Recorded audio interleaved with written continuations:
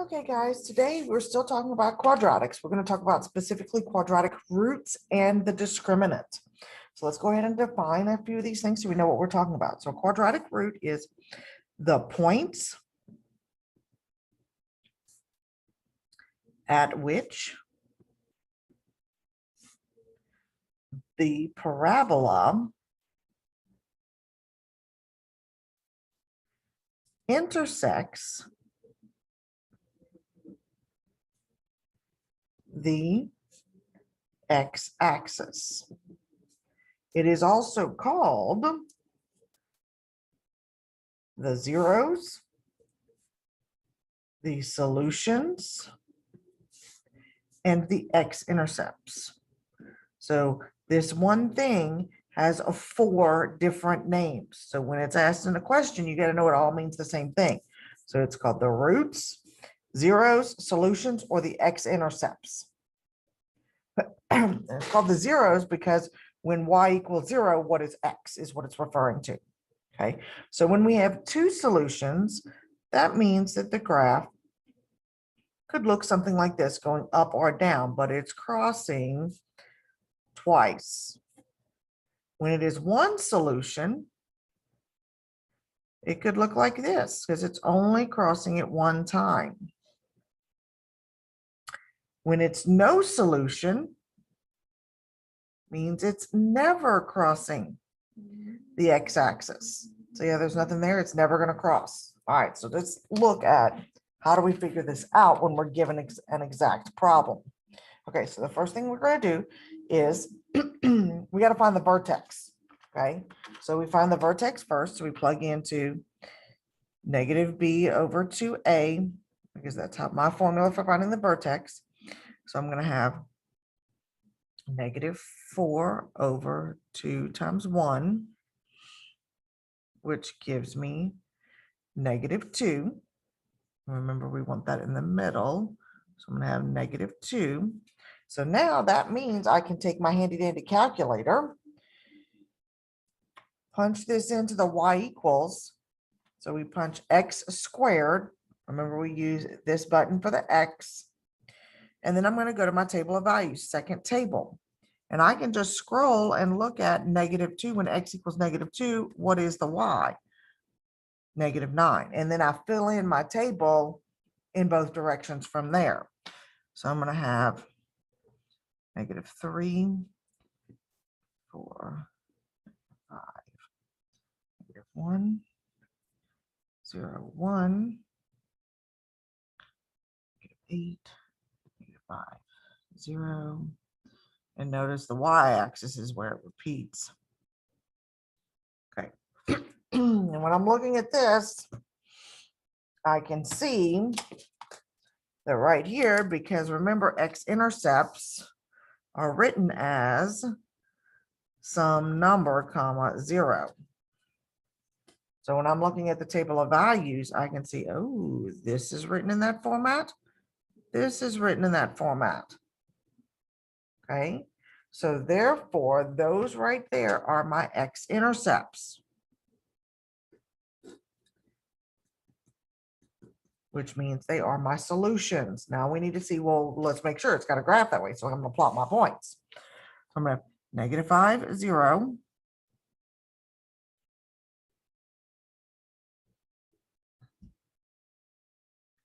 And I have negative 4, negative 5. And then I have negative 3, negative 8.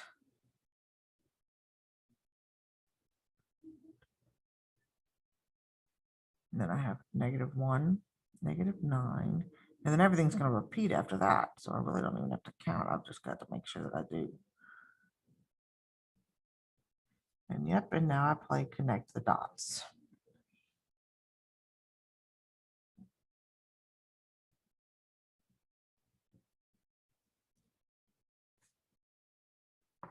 So, and to write my solution, and now we can also look at excuse me, the graph on here. So I'm going to go to zoom. Oh, I'm going to press enter first. Zoom 6, so it's on the standard window, zoom 6 for the standard window. And now I'm going to see how it graphs, and I can see where it is. Now you'll notice mine's also drawing a red line there because I have it doing something in the calculator. I'm going to teach you how to do that right now, or in just a second after we write down what the solution answer should look like.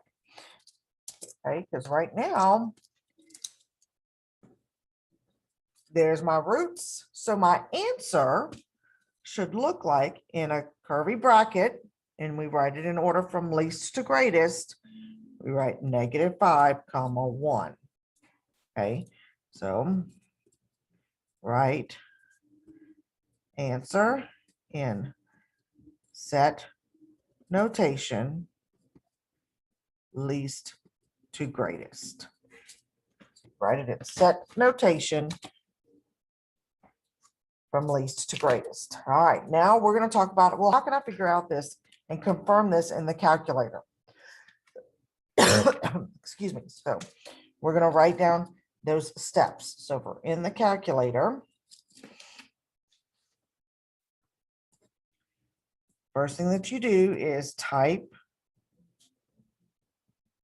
equation into y equals, okay, which is what I've done.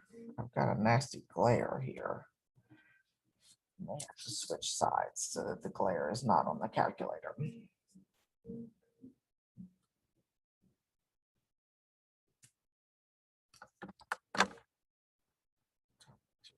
Focus is right. Okay. Step 2 is we click zoom 6 so that the graph, we can see the graph 6, or zoom fit so that it'll fit it. Let's fit 0. Normally it's 6 for standard. Okay, step 3. Oh, I missed a step. In y equals, you're going to type the equation into y equals y to y1, and then you're going to type y equals 0 into y2, because I want to have 2 lines or 2 things graphed in there. And then 3, we're going to hit second trace. So the second button and then trace. And what it does in here, I'm going to choose the number 5 because I want to find the intersection. I'm looking for the intersection of the 2 graphs. Okay, so I'm going to choose 5, and now it's going to graph both of them. Step 4, you're going to arrow up and over until on the x-intercept. So I'm going to arrow up, and then I'm going to go over until I'm hovering like right about where it would be. Okay, and then the last step, enter, press enter 3 times until you're going to see the word intersection. See 1, 2, 3, and see how it says the word intersection. So that right there is telling me 1, 0. That is one of my x-intercepts, which it is. So now I just do the same thing again to find the other one. So I'm going to do second trace 5, and now I'm going to arrow until I get on to the next intersection. And then I'm going to press enter 1, 2, 3 times till I see the word intersection, and there's the other one. And now I have both of my intersections. Now let's talk about the discriminant.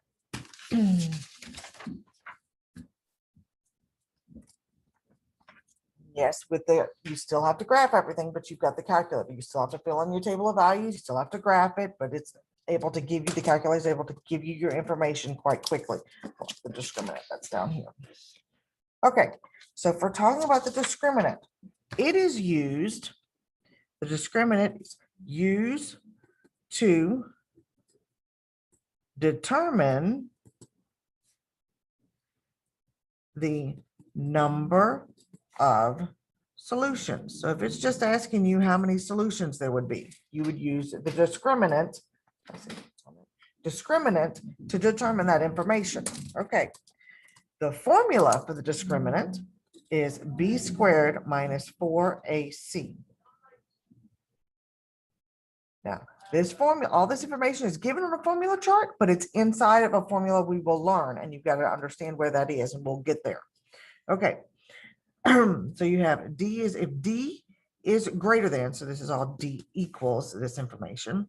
If it's greater than 0, then there are 2 solutions. If D equals 0, then there is 1 solution. If D is less than 0, then there are 0 solutions. So we just have to plug into the formula and solve. So if I'm looking at this, so I need to determine what's the A. Remember, it's y equals ax squared plus bx plus c. So I plug in my numbers. So I'm going to have 5 squared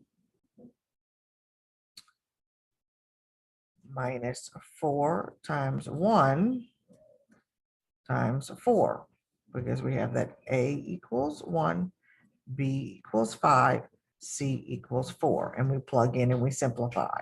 So we have 25 minus 4 times 4, which gives me 25 minus 16, which is 9. So that's going to be 2 solutions.